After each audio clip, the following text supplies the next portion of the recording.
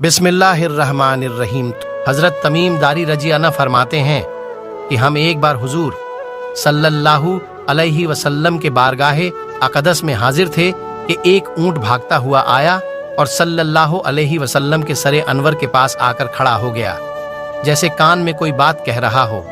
आप सल्लल्लाहु अलैहि वसल्लम ने फरमाया कि ए ऊंट पर सुकून हो जा, अगर तू सच्चा है तो तेरा रब तुझे फायदा देगा, अगर तू झूठा है तो तुझे उस झूठ की सजा मिलेगी जो हमारी पनाह में आ जाता है।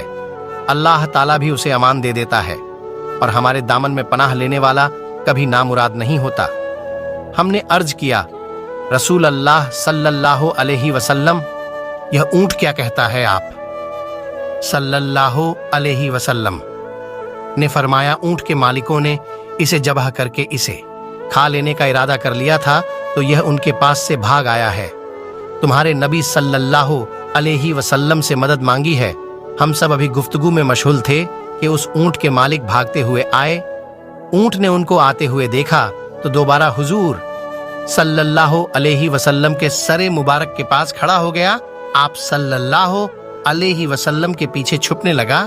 उनके मालिकों ने अर्ज किया, या रसूल अल्लाह सल्लल्लाहु अलैहि वसल्लम, यह हमारा है, 3 दिन से हमारे पास से भागा हुआ है और आज यह हमें आपकी खिदमत में मिला है। इस पर आप सल्लल्लाहु अलैहि वसल्लम ने फरमाया, यह मेरे सामने शिकायत कर रहा है कि यह तुम्हारे पास कई साल तक पला बढ़ा। जब मौसम में गर्मा आता तो तुम घास और चारे वाले इलाके में इस पर सवार होकर जाते और जब मौसम में शर्मा आता तो तुम इसी पर बैठकर गर्म इलाकों की तरफ जाते। अब जबकि ये खस्ताहल की उम्र में पहुंच गया है तो तुम इसे जबह करके इसका गोश्त खा लेने का इरादा कर लिया है। उन्होंने अर्ज किया, खुदा की कसम या रसूल अल्लाह सल्लल्लाहु अलैहि वसल्लम, यह बात बिल्कुल इसी तरह है जिस तरह आपने फरमाया। इस पर हुजूर सल्लल्लाहु अलैहि वसल्लम ने फरमाया, एक अच्छे खिदमत गुजार की उसके मालिकों की तरफ से क्या यही जजा होती है? तो वह अर्ज गुजार हुए कि या रसूल अल्लाह सल्लल्लाहु अलैहि वसल्लम, अब हम ना इसे बेचेंगे और ना ही इसे जबह करेंगे।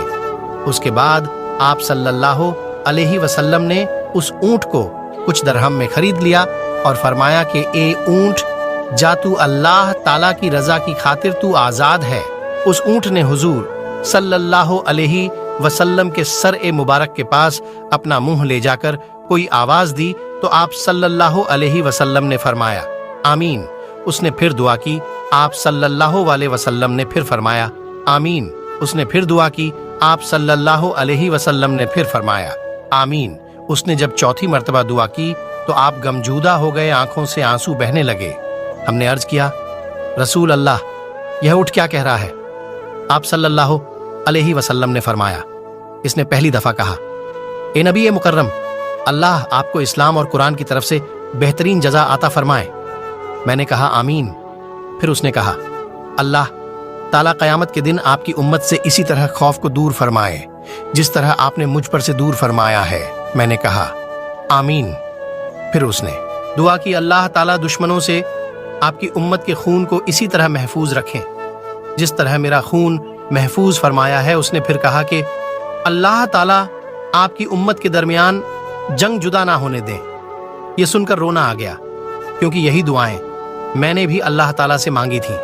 पहली 3 तो कबूल फरमा ली, लेकिन आखिरी दुआ से मना फरमा दिया। फरमा, जब जिब्राइल अलैहिस्सलाम ने अल्लाह ताला की तरफ से मुझे खबर दी है कि मेरी यह उम्मत आपस में जंग करके फना होगी, जो कुछ होने वाला है कलम उसे लिख चुका है। मोहतरम हजरत नबी करीम सल्लल्लाहु अलैहि वसल्लम के हदीस मुबारक में जो लिखा है आज वह बिल्कुल सच नजर आ रहा है।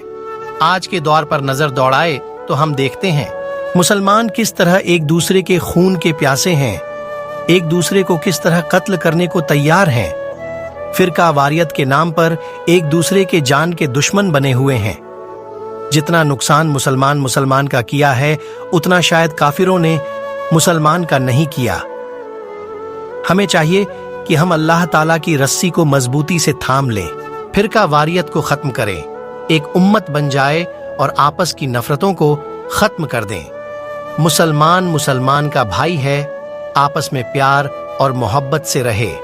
अल्लाह ताला हम सबको समझने اور نیک بننے کی توفیق عطا فرمائے، آمین۔